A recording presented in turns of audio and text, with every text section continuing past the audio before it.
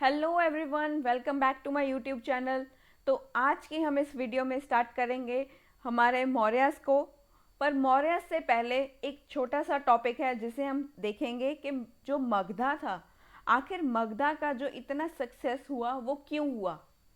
तो हमने यहाँ पर, मैं सबसे पहले आपको एक ब्रीफ सा डिस्कशन दे दूँ कि यहाँ पर हमने हर्यंका डायनेस्टी को डिस्कस कर लिया था, हमने शिशुनाग डायनेस्टी को डिस्कस कर लिया था, नंदा डायनेस्टी तक हमने जो थे सारे जो किंग्स थे हमने देख लिए थे, इम्पॉर्टेंट रूलर्स जो थे वो हमने देख लिए थे। लेकिन अब हमने जो है वो देखना है कि जो मगधा था, मगधा का जो रीजन था वो इतना ज़्यादा सक्सेस में क्यों आया। तो मगधा का जो रीजन था वो इतना ज़्यादा जो है उसका सक्सेस क्यों हुआ, आखिर क्या कारण रहे थे मगधा को जो है इतना राइज करने के लिए। तो सबसे पहले जो मगधा का जो रहा रीज़न इसके राइज करने का, इसके सक्सेस करने का, वो था यहाँ का जो स्ट्रॉन्ग रूलर्स थे। यहाँ के जो स्ट्रॉन्ग रूलर्स थे इनकी वजह से जो है वो मगधा बहुत ही सक्सेसफुली राइज किया। स्ट्रॉन्ग रूलर्स थे, जैसे कि अगर हम बात करें स्ट्रॉन्ग रूलर्स में हमने देखा, स्ट्रॉन्ग रूलर्स में हमने बिम्बिसारा को देखा था। बिम्बिसारा, इसके बाद हमने देखा था अजातशत्रु को, अजातशत्रु आए थे। हमने यहाँ पर बात की थी महापद्मानंदा के बारे में, महापद्मा नंदा के बारे में हमने यहाँ पर बात की। तो इस तरह के जो हमने रूलर्स देखे, इन स्ट्रॉन्ग रूलर्स की वजह से ही जो मगधा था वो मगधा का राइज हुआ। और दूसरा कारण क्या रहा, पहला तो हमने डिस्कस किया कि यहाँ पर स्ट्रॉन्ग रूलर्स थे। दूसरा रीज़न क्या रहा, दूसरा रीज़न था जो मगधा का जोग्राफिकल लोकेशन था वो बहुत ही ज़्यादा स्ट्रॉन्ग था। यहाँ का जोग्राफिकल, यहाँ की जो जोग्राफिकल स्थिति थी या लोकेशन था इसका मगधा का, वो बहुत ही स्ट्रॉन्ग था। जोग्राफिकल लोकेशन अगर हम इसकी बात करें तो ये बहुत ही स्ट्रॉन्ग था। क्यों स्ट्रॉन्ग था, क्योंकि यहाँ पर जो थे आयरन के जो हमारे पास जो हमें आयरन चाहिए था वेपन्स बनाने के लिए, तो यहाँ पर उसका बहुत ही अबंडेंस अमाउंट यहाँ पर हमें मिलता था। तो यहाँ पर एक rich source of iron deposits भी यहाँ पर सिचुएटेड थे। यहाँ पर rich source of iron deposits यहाँ पर थे।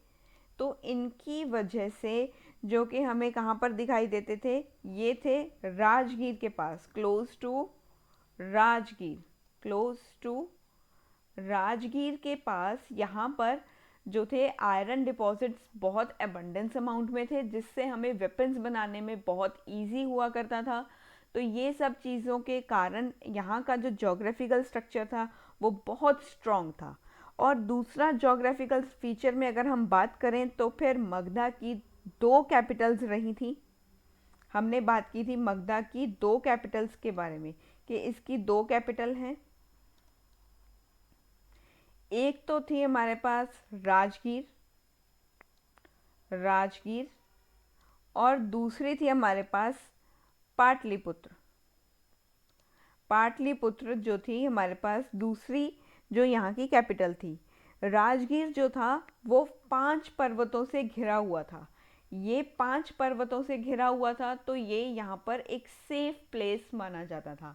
तो इसकी वजह से भी जो है वो मगधा का जो हुआ यहाँ पर राइज हमें देखने को मिला।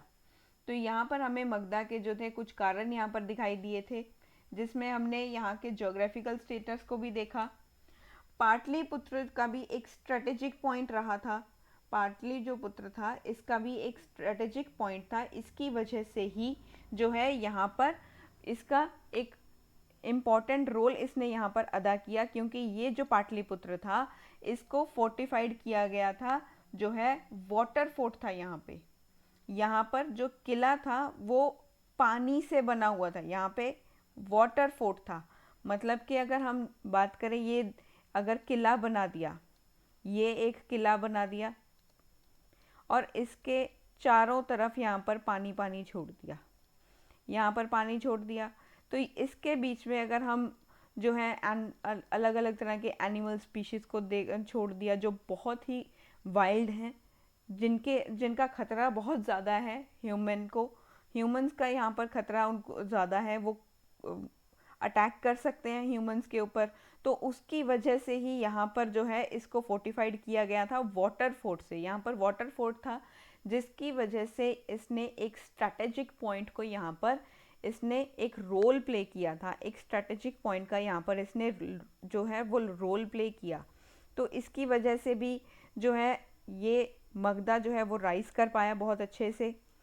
तो यहाँ पर हमने 2 पॉइंट्स देखे जिसमें स्ट्रॉन्ग रूलर भी आ गए, स्ट्रॉन्ग रूलर आ गए, यहाँ का जोग्राफिकल लोकेशन बहुत अच्छा आ गया। और जो मगधा है, मगधा खुद भी एक सेंटर पॉइंट ऑफ जो गंगेटिक प्लेन्स के सेंटर में है। मगधा का जो रीजन था, मगधा जो खुद भी एक रीजन ये जो था, ये खुद भी एक जो है सेंटर पॉइंट पर था। गंगा के जो प्लेन्स थे, गंगेटिक प्लेन्स जो थे उनके सेंटर में था। तो ये गंगा ने भी इसको एक जो है वहाँ पर अच्छा जो है ट्रांसपोर्ट का, एग्रीकल्चर फैसिलिटीज़ के लिए यहाँ पर इसे जो है वो बहुत ही अबंडेंसली प्रोवाइड किया। गंगा जो है, गंगा नदी के होने की वजह से, इसकी वजह से यहाँ का जो ट्रांसपोर्ट था वो बहुत अच्छा था। ट्रांसपोर्ट की वजह से यहाँ पर ट्रेड बहुत अच्छा होगा। ट्रेड से जो होगा वो इकॉनमी यहाँ की अच्छी हो जाएगी। इकॉनमी अच्छी हो जाएगी तो फिर यहाँ का पॉलिटिकल सिस्टम अच्छा हो जाएगा, एडमिनिस्ट्रेशन अच्छा हो जाएगा, यहाँ का एडमिनिस्ट्रेशन अच्छा हो जाएगा, जिसकी वजह से मगधा जो है वो राइज करेगा। तो ये भी यहाँ पर एक चीज़ यहाँ पर हमें प्रोवाइड की। और दूसरी क्या थी, दूसरी ट्रांसपोर्ट के साथ साथ यहाँ पर एग्रीकल्चर फैसिलिटी भी होने लगी, क्योंकि यहाँ पर एग्रीकल्चरल फैसिलिटी भी होने लगी। एग्रीकल्चर फैसिलिटी जब हुई तब इसके साथ क्या हुआ, एक तो एग्रीकल्चर प्रोड्यूस जो था वो इंक्रीज़ कर गया, जिसकी वजह से यहाँ पर ट्रेड का भी इंक्रीज़ हुआ। हमने जो है वो एक्सपोर्ट, यहाँ पर इंपोर्ट वगैरह जो भी है यहाँ पर ट्रेडिंग किया, सी पोर्ट से ट्रेडिंग किया, अलग अलग चीज़ों से यहाँ पर हमने ट्रेडिंग किया, क्रॉप्स का ट्रेड किया। तो जिसकी वजह से यहाँ की जो इकॉनमी थी वो राइज कर गई। इकॉनमी राइज की तो यहाँ का एडमिनिस्ट्रेशन अच्छा हो गया, एडमिनिस्ट्रेशन अच्छा हो गया तो मगधा का राइज अच्छा हो गया। तो ये सब चीज़ों के कारण भी यहाँ पर जो है मगधा का यहाँ पर एक सक्सेसफुली हमें राइज देखने को मिला। यहाँ पर और क्या था, यहाँ पर और क्या था, मगधा के राइज करने का एक और कारण था कि यहाँ पर टिम्बर की भी अवेलेबिलिटी थी। अवेलेबिलिटी ऑफ टिम्बर, टिम्बर का जो अमाउंट था वो एबंडेंस होने से जो है यहाँ पर बहुत ही ज़्यादा जो एक अच्छा यहाँ पर राइस मिला मगधा का। क्योंकि अगर टिम्बर था, वुड का यहाँ पर था, तो यहाँ पर जो बोर्ड्स की मैन्युफैक्चरिंग थी वो बहुत अच्छी हो रही थी। यहाँ पर जो मैन्युफैक्चरिंग थी, मैन्युफैक्चरिंग ऑफ बोर्ड्स जो थी यहाँ पे वो बहुत ही अच्छी होने लग गई, जिसकी वजह से जो है यहाँ के जो ट्रेडिंग था वो ट्रेडिंग को, यहाँ पर सी ट्रेड्स जो हुआ करते थे, सी ट्रेड को एक सपोर्ट मिला। इसमें राइज हुआ। तो यहाँ पर जो मैन्युफैक्चरर्स थे, बोट मैन्युफैक्चरर्स थे, उनको जो है उनकी स्थिति में भी यहाँ पर हमें देखने को मिला कि उनका लाइफस्टाइल भी बहुत अच्छा हो गया, जिसकी वजह से जो एडमिनिस्ट्रेशन अच्छा हुआ उसकी वजह से यहाँ पर मगधा का राइज हुआ। तो ये सब चीज़ें जो हैं वो इंटरलिंक कर रही हैं एक दूसरे से। तो यहाँ पर हमने और क्या देखा, हमने यहाँ पर देखा कि ये जो एरिया था, मगधा का जो एरिया था, ये सराउंडेड था बहुत सारे जो फॉरेस्ट जो थे, फॉरेस्ट के एरिया से ये एकदम घिरा हुआ था। जैसे हमने यहाँ पर बात की कि जो राजगीर था ये सराउंडेड था 5 पर्वतों से घिरा हुआ था। ये राजगीर जो था ये 5 पर्वतों से घिरा हुआ था, जिसकी वजह से यहाँ पर जो था अबंडेंस ऑफ फॉरेस्ट होना ज़रूरी था। फॉरेस्ट अगर होगा तो फिर यहाँ की जो लैंड होगी वो फर्टाइल लैंड थी। यहाँ की जो लैंड थी वो बहुत ही ज़्यादा फर्टाइल थी। फर्टाइल लैंड की अवेलेबिलिटी होने के कारण यहाँ का जो एग्रीकल्चर था वो फ्लरिश किया। यहाँ पर एग्रीकल्चर ने बहुत ही अच्छा फ्लरिश किया, जिसकी वजह से जो एग्रीकल्चरल प्रोड्यूस था वो भी इंक्रीज़ हो गया। एग्रीकल्चर जो है अच्छा होने की वजह से यहाँ के जो प्रोडक्ट्स थे, एग्रीकल्चर प्रोडक्ट्स, वो भी इंक्रीज़ कर गए, जिसकी वजह से जो था इकॉनमी में भी सुधार आया। तो ये सब चीज़ें हमने यहाँ पर देखी। और कौन कौन से कारण थे जिनकी वजह से मगधा का राइज हुआ। मगधा के राइज के और भी कई कारण थे जो हम डिस्कस करेंगे, जैसे कि यहाँ पर रेनफॉल, अबंडेंस ऑफ रेनफॉल का होना भी एक कारण है कि जिसकी वजह से मगधा में राइज हुआ, मगधा का सक्सेस हुआ। यहाँ पर फर्टाइल लैंड अगर होगा तो फिर यहाँ पर रेनफॉल भी अच्छा था। यहाँ पर रेनफॉल भी हैवी रेनफॉल हुआ करता था, हैवी रेनफॉल था, हैवी रेनफॉल। इसकी वजह से भी यहाँ पर जो था वो पीजेंट्स जो थे वो अच्छे से अपने जो है एग्रीकल्चर को या अपने क्रॉप्स को ग्रो कर सकते थे। उसके लिए उन्हें सेपरेटली कोई इरिगेशन सिस्टम इतना नहीं देना पड़ता था, जिसकी वजह से उनकी जो क्रॉप्स हुआ करती थी उनको जो है वो वाटरिंग सिस्टम नेचुरली मिल रहा था, जिसकी वजह से उनका क्रॉप प्रोड्यूस था वो इंक्रीज़ हो गया, क्रॉप प्रोड्यूस भी इंक्रीज़ हो गया। तो ये सब चीज़ों के कारण ही यहाँ पर मगधा ने यहाँ पर सक्सेसफुली राइज किया। और यहाँ पर एक रीज़न है कि यहाँ पर एलिफेंट्स भी प्रेजेंट थे, एलिफेंट्स भी प्रेजेंट थे। एलिफेंट्स के प्रेजेंट की वजह से मगधा जो रीजन था ये पहला ऐसा रीजन था, अब तक हमने देखा कि भी जब भी युद्ध हो रहे थे उसमें जो थे वो हॉर्सेस का यूज़ हो रहा था, चैरियट्स का यूज़ हो रहा था, रथ का यूज़ कर रहे थे, ये सब चीज़ों का तो वो लोग यूज़ कर ही रहे थे।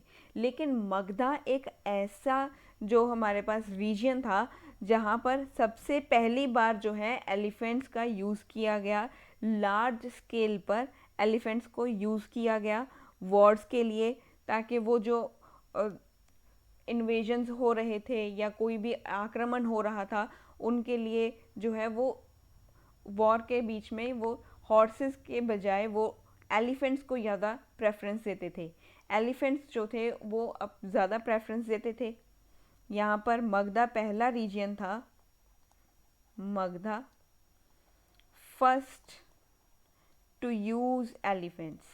ये पहला ऐसा राज्य था जिसने एलिफेंट्स का यूज़ किया लार्ज स्केल के ऊपर फॉर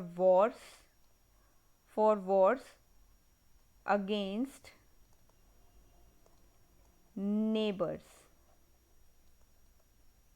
जो भी पड़ोसी जो राज्य थे वो आक्रमण जब करते थे तब उनके खिलाफ लड़ने के लिए इन्होंने जो एलिफेंट्स थे उनका इस्तेमाल किया। तो ये पहला ऐसा राज्य था जिसने एलिफेंट्स को यूज़ किया। और क्या कारण हो सकता है यहाँ जो है वो मगधा के राइज का? मगधा के राइज का एक और कारण भी था कि यहाँ पर ट्रेड में राइज हुआ, मेटल मनी में यहाँ पर राइज हुआ। rise of trade and use of metal money, इसका जब यूज़ होने लग गया तो फिर यहाँ की जो सक्सेस था मगधा ने वो ज़्यादा तेज़ी से किया। यहाँ पर सक्सेस इसका ज़्यादा जाता रहा, इसने अच्छे से राइज़ किया। यहाँ पर जो थे वो टोल्स वगैरह यहाँ पर लगाए जाते थे जब भी कोई भी सेल हुआ करता था किसी भी कोमोडिटी का, किसी भी प्रोडक्ट का। यहाँ पर जो थे वहाँ वो वेल्थ जो थी वो एक्यूमुलेट की जाती थी, ताकि जो है वो आर्मी को मेंटेन करने के लिए वो जो थी वो वेल्थ दी जाती थी, पैसे दिए जाते थे आर्मी को, ताकि वो अच्छे से जो है वो सरवाइव कर पाएँ। और वहाँ की जो आर्मी थी वो भी इसी वजह से स्ट्रॉन्ग थी, वो आर्मी को मेंटेन करने के लिए वो बहुत सारा पैसा लगाया जाता था। अगर किसी भी देश की जो आर्मी से ही हम पता कर सकते हैं कि वो देश कितना ज़्यादा पावरफुल है। अगर किसी देश की पावर देखनी हो तो फिर उसकी आर्मी को देखना चाहिए कि उसका डिफेंस सिस्टम कैसा है। डिफेंस को प्रॉपर मेंटेन करने के लिए एक प्रॉपर जो है वो मनी जो है वो इन्वेस्ट की जाती है, ताकि जो है वहाँ पर जो प्रदर्शनी है, पावर प्रदर्शन जो किया जाता है ताकत का जो प्रदर्शन है वो अच्छे से वहाँ पर दिखाया जा सके, और दिखाया जा सके कि वो राज्य कितना ज़्यादा सक्षम है किसी भी चीज़ को करने के लिए। तो किसी भी राज्य की जो पावर थी वो देखने के लिए वहाँ की जो आर्मी थी, आर्मी को स्ट्रॉन्ग बनाने के लिए और आर्मी को मेंटेन करने के लिए यहाँ पर जो थे वो वेल्थ का यहाँ पर यूज़ किया जाता था। वेल्थ इनको पे की जाती थी, यहाँ पर पे किया जाता था ताकि आर्मी को मेंटेन कर सकें।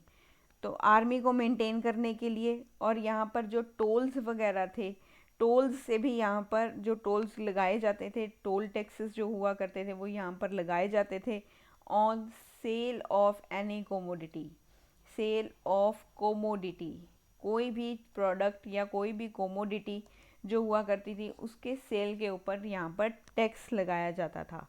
तो यहाँ पर मगधा को बेनिफिट हुआ, मगधा का जो बेनिफिट हुआ वो बहुत ज़्यादा हुआ जब यहाँ पर टाउन्स का राइज होता गया। जब टाउन्स ने यहाँ पर राइज किया, जैसे जैसे टाउन्स का राइज होता गया वैसे वैसे यहाँ पर जो थे मेटल मनी का यूज़ भी इंक्रीज़ होता गया। तो यहाँ पर मेटल मनी जो थी इसका भी यहाँ पर राइज होता गया, जिसकी वजह से इकोनॉमी में ग्रोथ देखने को मिला, ट्रेड में ग्रोथ देखने को मिला। तो यहाँ इसी वजह से जो मगधा था उसने बहुत ही सक्सेसफुली अपने आप को राइज कर लिया था। तो ये हमने देखा कि क्या कारण थे कि आखिर मगधा को इतना ज़्यादा जो है वो सक्सेस मिला।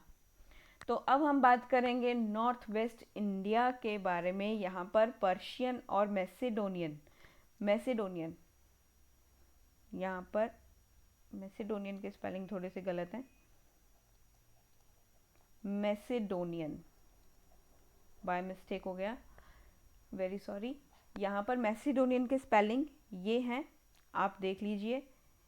मैं दोबारा यहाँ पे आपके लिए लिख देती हूँ मैसेडोनियन के स्पेलिंग।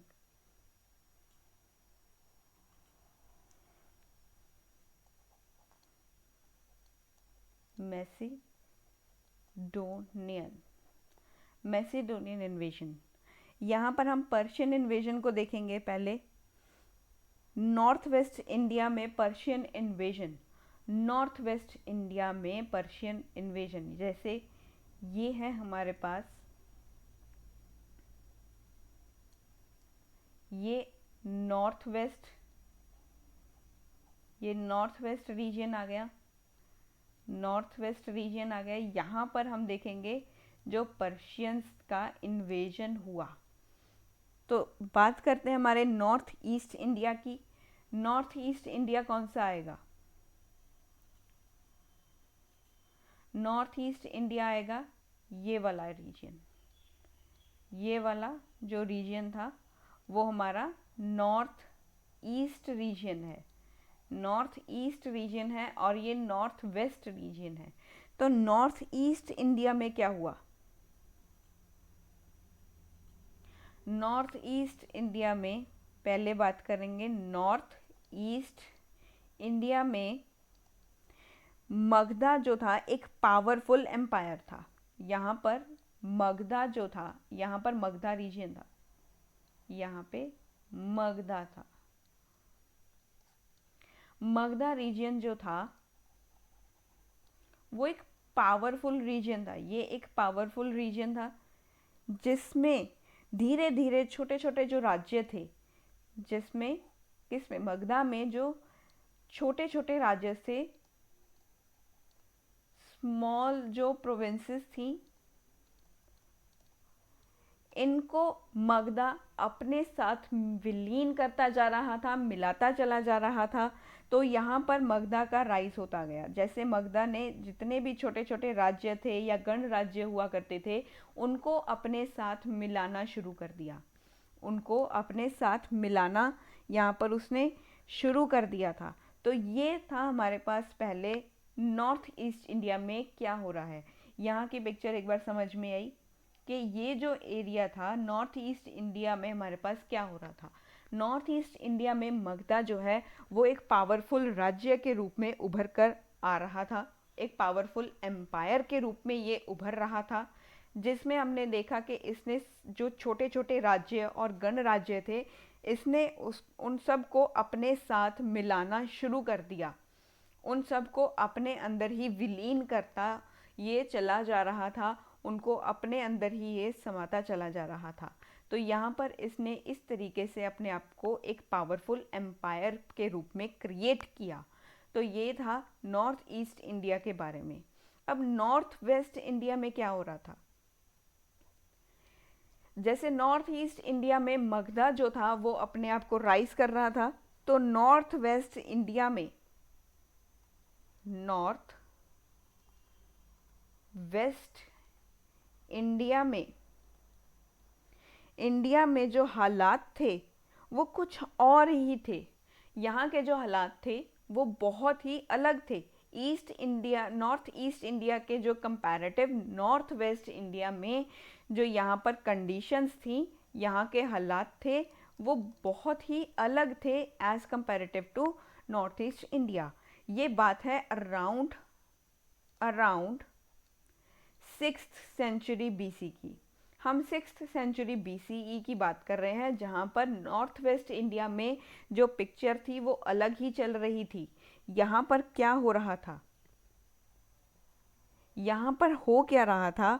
यहाँ पर जो छोटे छोटे जो हमारे राज्य थे या प्रिंसिपैलिटीज़ थी, जैसे कि कंबोज हो गया, छोटे छोटे जो राज्य थे, स्मॉल प्रिंसिपैलिटीज़ या स्मॉल प्रोविंसेस, स्मॉल प्रिंसिपैलिटीज़, छोटे राज्य जो थे, जैसे कंबोज हो गया, कंबोज, गंधारा, कंबोज, गंधारा, या माद्रा रीजन जो था,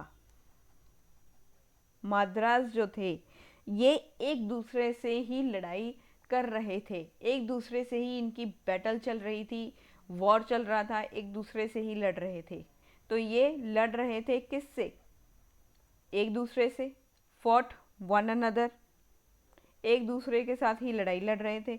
तो यहाँ का जो एरिया था, मगधा के जैसे कोई यहाँ पर पावरफुल कोई एम्पायर नहीं था। सबसे पहले तो जो नॉर्थ वेस्ट रीजन था, नॉर्थ वेस्ट रीजन में मगधा की तरह कोई भी ऐसा पावरफुल एम्पायर नहीं था, ऐसा कोई पावरफुल किंगडम नहीं था जो इन्हें एकजुट कर सके या अपने आप में इनको मिला सके, अपने अंदर इनको विलीन कर सके या खुद के अंदर इनको समा सके। इतना बड़ा किंगडम प्रेजेंट ही नहीं था। जैसे नॉर्थ ईस्ट इंडिया में हमने मगधा को देखा, जो बाकी के जो छोटे छोटे राज्य थे, गणराज्य थे, उनको अपने अंदर विलीन करता हुआ चला जा रहा था, वैसा सिस्टम हमारे नॉर्थ वेस्ट इंडिया में नहीं था 6th सेंचुरी बीसी के अराउंड। तो यहाँ पर ऐसा कुछ भी नहीं था। ये जो एरियाज़ थे वो बहुत ही फर्टाइल थे। हमने ये जो एरियाज़ की बात की है, कंबोज हो गया, गंधारा हो गया, मद्रास रीजन हो गया, ये रीजन्स जो थे, these reasons were very fertile. ये बहुत ही ज़्यादा फर्टाइल थे, उपजाऊ शक्ति यहाँ पर जो थी, जो भूमि की जो शक्ति थी, उपजाऊ शक्ति जो थी, वो किसी भी चीज़ को प्रोड्यूस करने की जो क्षमता थी वो यहाँ पर ज़्यादा थी। तो फर्टाइल यहाँ पर थी, ये जो जगह थी ये बहुत फर्टाइल थी। फर्टाइल होने के साथ साथ यहाँ पर नेचुरल रिसोर्सेज की भी मात्रा बहुत अच्छी थी, फर्टाइल भी था, और ये जो एरिया था ये rich source of natural resources का भी एक रीजन था। नेचुरल रिसोर्सेज भी यहाँ पर अच्छे से प्रेजेंट थे, इनकी अवेलेबिलिटी यहाँ पर बहुत अच्छी थी, जिसकी वजह से, इन दो कारणों की वजह से कि यहाँ की लैंड बहुत फर्टाइल है और यहाँ पर नेचुरल रिसोर्सेज का जो एबंडेंस है वो भी बहुत अच्छा है यहाँ के एरियाज़ में, इसीलिए यहाँ के जो हमारे नेबर्स थे, उन्होंने यहाँ पर इन्वेड करना स्टार्ट कर दिया। ये चीज़ें जो थी हमारे नेबर्स को बहुत ज़्यादा अट्रैक्ट कर रही थी, उनको बहुत ही ज़्यादा ये चीज़ें अटेंशन एक प्रोवाइड कर रही थी। किसी भी चीज़ को ये कोई भी अच्छी चीज़ हो वो हमें वो है वो ऑलरेडी अट्रैक्ट करती है, ठीक है। कोई भी अच्छा फ्लावर हो वो आँखों को हमेशा अट्रैक्ट करता है। तो ये जो हमारे नेबर्स थे, इनको हमारे ये जो एरियाज़ थे ये वाले, यहाँ की जो ज़मीन थी वो इतनी फर्टाइल थी और यहाँ पर rich source of natural resources होने के कारण ये जगह इनको अट्रैक्ट कर रही थी। तो इसी वजह से ही ये लोग जो थे, हमारे जो नेबर्स थे, इन्होंने यहाँ पर जो है एंटर करना स्टार्ट कर दिया। यहाँ पर इनकी एंट्री होनी स्टार्ट हो चुकी थी। यहाँ पर जो थे ये लोग एंटर होना स्टार्ट हो गए थे। नॉर्थ वेस्ट रीजन में ये लोग यहाँ एंटर होना स्टार्ट हो गए थे इस रीजन में। तो अब यहाँ पर क्या होगा, जब ये लोगों की एंट्री होनी स्टार्ट हो जाएगी, इन्होंने यहाँ पर एंट्री कर ली थी हमारे नॉर्थ वेस्ट प्रोविंसेस में। तो अब हम यहाँ पर पहले बात करेंगे एक्मेनिड एम्पायर के बारे में। जो ये एक्मेनिड एम्पायर है, सॉरी, इसका जो एरा है वो 500 BCE से लेकर के 300 BCE तक है। 530 नहीं है, 300 BCE है। टाइपिंग में थोड़ा सा मिस्टेक हो गया, I am really very sorry. तो यहाँ पर जो है वो 300 BCE तक है। जो एक्मेनिड रूलर्स थे हमारे ईरान के, जो एक्मेनिड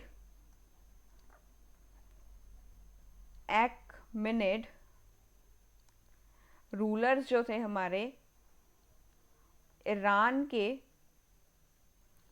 इन्होंने यहाँ की जो हमारी जो स्थिति थी, हमारी जो कंडीशंस थी, उनका यहाँ पर एडवांटेज यहाँ पर इन्होंने उठाना स्टार्ट कर दिया।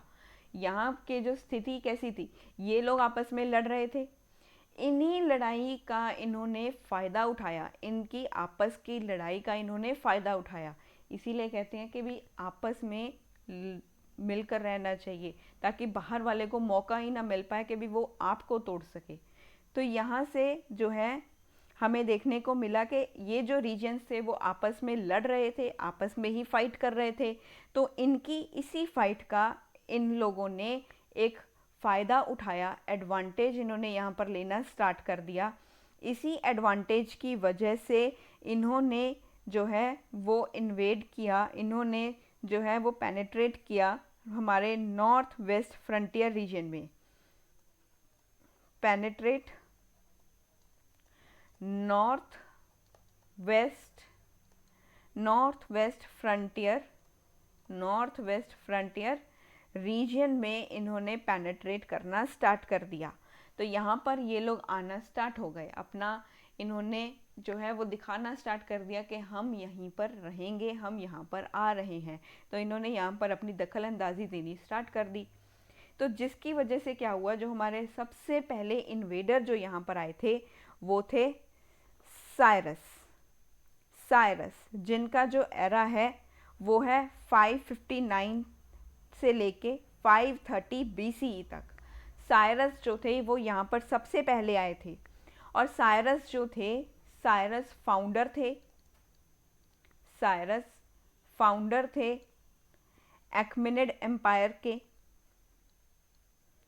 एक्मेनिड एम्पायर के ये फाउंडर थे, ये फर्स्ट एक्मेनिड रूलर थे, ये फर्स्ट एक्मेनिड रूलर थे। इन्होंने हिंदू कुश का जो एयर माउंटेन्स हैं, हमारे हिंदू कुश रीजन को क्रॉस किया, हिंदू कुश जो है वो माउंटेन्स हैं। ये जो एरिया है यहाँ पर जो है हिंदू कुश के जो माउंटेन्स हैं, वो आपने ज्योग्राफी में पढ़ा होगा कि वो यहाँ पर ही हमारे जो है ये रीजन है जो हमारा हिमालयस का, यहाँ पर लाई करते हैं। तो यहाँ से इन्होंने जो है वो इन्वेजन स्टार्ट कर दी थी। तो यहाँ से इन्होंने जो थी ये जो एरिया था, हिंदू कुश का एरिया जो था, इसको क्रॉस करके ये लोग आए थे। और यहाँ पर आते ही इन्होंने क्या किया, इन्होंने कपिशा नाम का एक शहर है, इसको डिस्ट्रॉय कर दिया, destroyed city of Kapisha. Kapisha नाम की एक शहर को इन्होंने बिल्कुल ही तबाह कर दिया। तो उसके बाद क्या हुआ, यहाँ पर इन्होंने जो है वो ट्रिब्यूट्स कलेक्ट करने स्टार्ट कर दिए ट्राइब से। इन्होंने कलेक्ट ट्रिब्यूट्स, इन्होंने ट्रिब्यूट्स को कलेक्ट किया फ्रॉम ट्राइब्स, जो ट्राइब्स हुआ करती थी कहाँ की, of Kamboj, Gandhara, trans Indus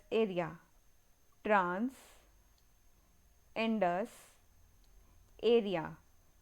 ये जो हमारे एरियाज थे, ये यहाँ की जो ट्राइब्स थी, इनसे इन्होंने जो ट्रिब्यूट्स थे वो कलेक्ट करने स्टार्ट कर दिए थे। तो ये थे हमारे साइरस, जो सबसे पहले जो थे यहाँ पर पेनिट्रेट किए, यहाँ पर आए थे। नॉर्थ वेस्टर्न जो हमारा रीजन का फ्रंट रीजन है, यहाँ पर ये लोग हिंदू कुश के एरिया को क्रॉस करके यहाँ पर आए थे। तो उसके बाद कौन आया था, उसके बाद आए थे डेरियस वन, जिनका जो एरा है वो है 520 BCE से लेके 486 BCE तक इनका ये एरिया जो है एरा रहा है। तो ये जो है हमारे नॉर्थ वेस्ट इंडिया में जब आए थे, तब यहाँ पर 516 BCE का एरा था, जब इन्होंने penetrate north waste India in 516 BCE। 516 BCE में इन्होंने नॉर्थ वेस्ट इंडिया को यहाँ पर एंट्री ली थी। तो इन्होंने annexed Punjab, west of Indus and Sindh. इन्होंने पंजाब को एनेक्स किया, वेस्ट ऑफ इंडस के जो पश्चिम एरिया था, और सिंध के एरिया को इन्होंने यहाँ पर जो है वो एनेक्स कर लिया था। ये एरिया जो था उसे कन्वर्ट कर दिया गया था 20th प्रोविंस या सत्रपी ऑफ ईरान में। दिस एरिया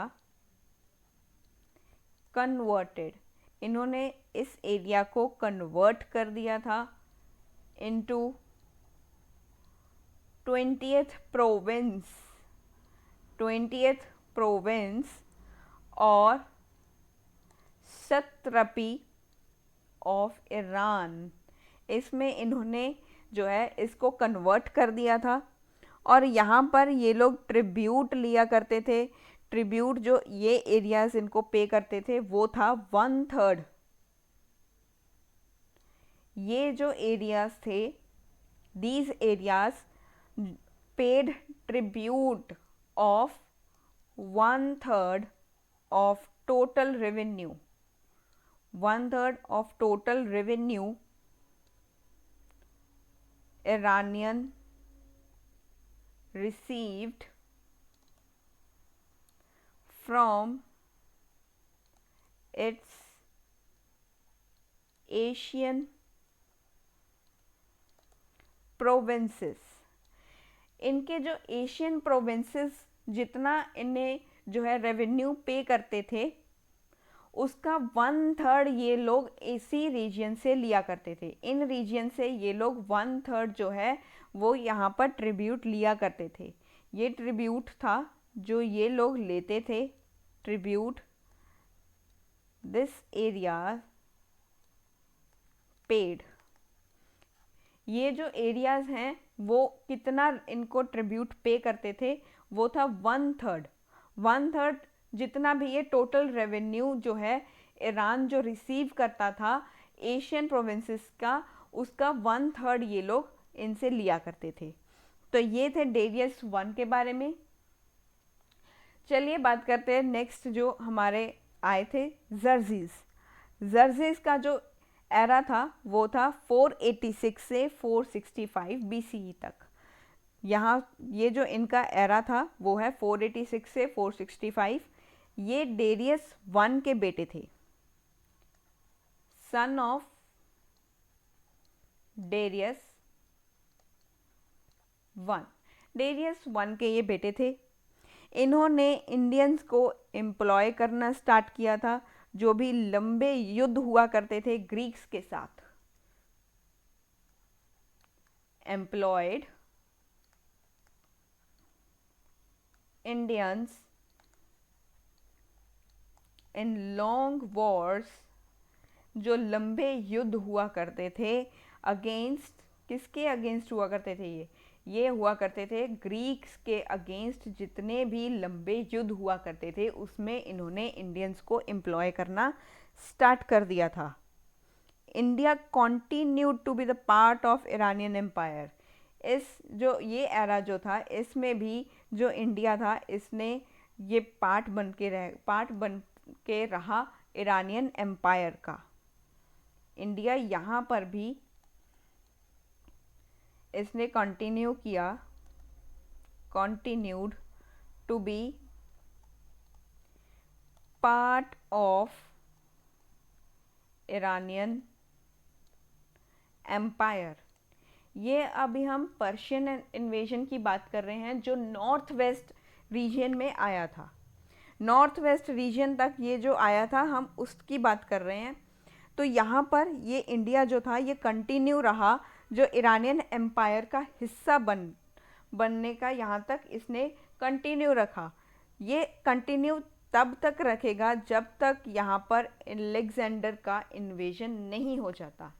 ये जो है इंडिया तब तक यहाँ का जो है वो पार्ट बन के रहेगा जब तक कि यहाँ पर अलेक्जेंडर का इन्वेजन नहीं हो जाता। until the invasion of Alexander, India continued to be part of Iranian Empire until the invasion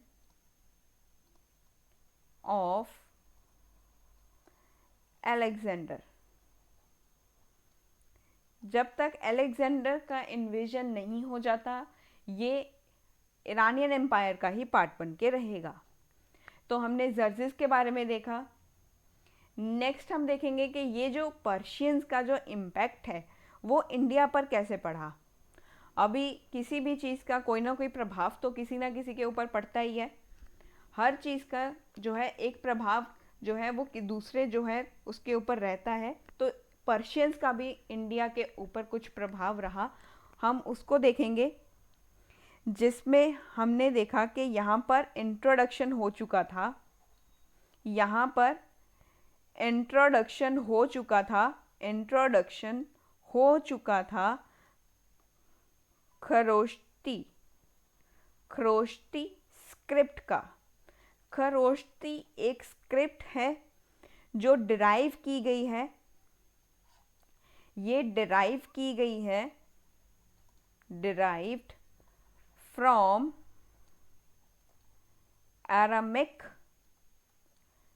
Aramaic से डिराइव की गई है। ये एरामिक जो है ये पर्शियन स्क्रिप्ट है। Aramaic which is Persian script, ये एक पर्शियन स्क्रिप्ट है जो लिखी जाती है, written right to left, right to left ये लिखी जाती है। ये राइट टू जो है लेफ्ट लिखी जाती है, जैसे कि अरेबिक, लाइक अरेबिक, जैसे अरेबिक लिखी जाती है वैसे ही जो है अरामिक लिखी जाती है, अरामिक लिखी जाती है। ये जो था वो नॉर्थ वेस्ट रीजन तक ही था, ये जो था वो नॉर्थ वेस्ट रीजन में हमें देखने को मिला। इन नॉर्थ वेस्टर्न रीजन में इसका हमें इम्पैक्ट देखने को मिला। तो दूसरा क्या हमें देखने को मिला कि अशोकन के जो इंस्क्रिप्शंस हैं, अशोकन इंस्क्रिप्शंस जो हैं, अशोका के इंस्क्रिप्शंस जो हैं नॉर्थ वेस्टर्न इंडिया में, वो भी इसी स्क्रिप्ट में लिखी गई हैं। अशोका की जो इंस्क्रिप्शंस हैं, अशोका की जो इंस्क्रिप्शंस हैं इन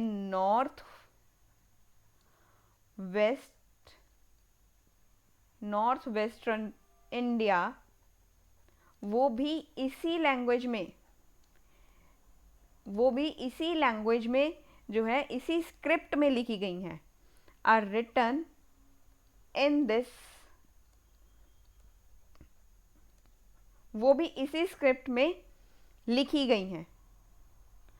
और अभी हम बात करें पर्शियन कॉइन्स की। देखो पर्शियन कॉइन्स को क्या कहा जाता है? पर्शियन कॉइन्स को सिग्लोई टाइप कॉइन्स कहा जाता है। ये सिग्लोई टाइप कॉइन्स हैं, सिग्लोई टाइप कॉइन्स हैं जो कॉपी की गई थी इंडिया में, जिनको कॉपी किया गया था, इनको कॉपी कर लिया गया था, कॉपी जो है इनको कर लिया गया था, कॉपीड इन इंडिया, इनको इंडिया में यहाँ पर कॉपी कर लिया गया था। और जो रॉक इंस्क्रिप्शंस हैं जो अशोका ने यूज़ किए थे 3rd सेंचुरी BC में, वो भी पर्शियन किंग जो हैं डेरियस से इंस्पायर्ड हैं। जो रॉक इंस्क्रिप्शंस का जो अशोका यूज़ करते हैं, जो यूज़ की हैं, used by Ashoka in 3rd century BCE, inspired by Persian king Darius। ये जो पर्शियन किंग डेरियस हैं उनसे इंस्पायर्ड हैं। जो अशोका ने रॉक इंस्क्रिप्शंस का यूज़ किया 3rd सेंचुरी BC में, वो पर्शियन किंग डेरियस से इंस्पायर्ड हैं। अब लास्टली हमारे पास क्या बचता है कि जो मॉन्यूमेंट्स थे, मॉन्यूमेंट्स जो अशोका ने अपने टाइम में बनवाए थे, मॉन्यूमेंट्स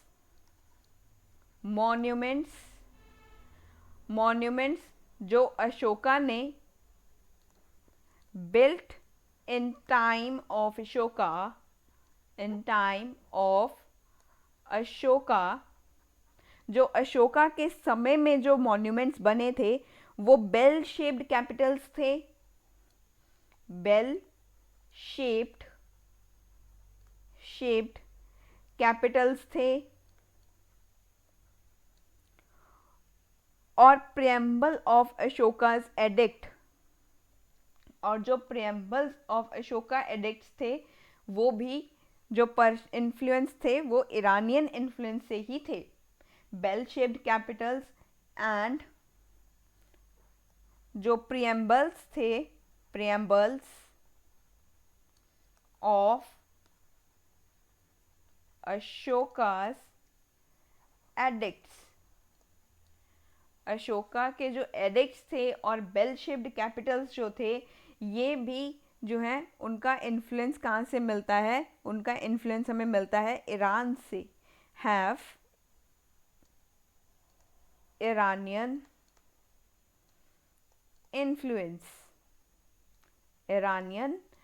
इन्फ्लुएंस। तो हमने यहाँ पर पर्शिया का जो इम्पैक्ट है इंडिया के ऊपर वो हमने देख लिया। तो नेक्स्ट वीडियो में हम जो है वो बात करेंगे हमारे अलेक्जेंडर के इन्वेजन के बारे में, कि अलेक्जेंडर का इन्वेजन कैसे हुआ, उसको डिस्कस करेंगे। फिर आगे के हमारे जो टॉपिक्स होंगे हम उनको कवर करते जाएंगे। तो ये था आज के लिए हमारा लेक्चर।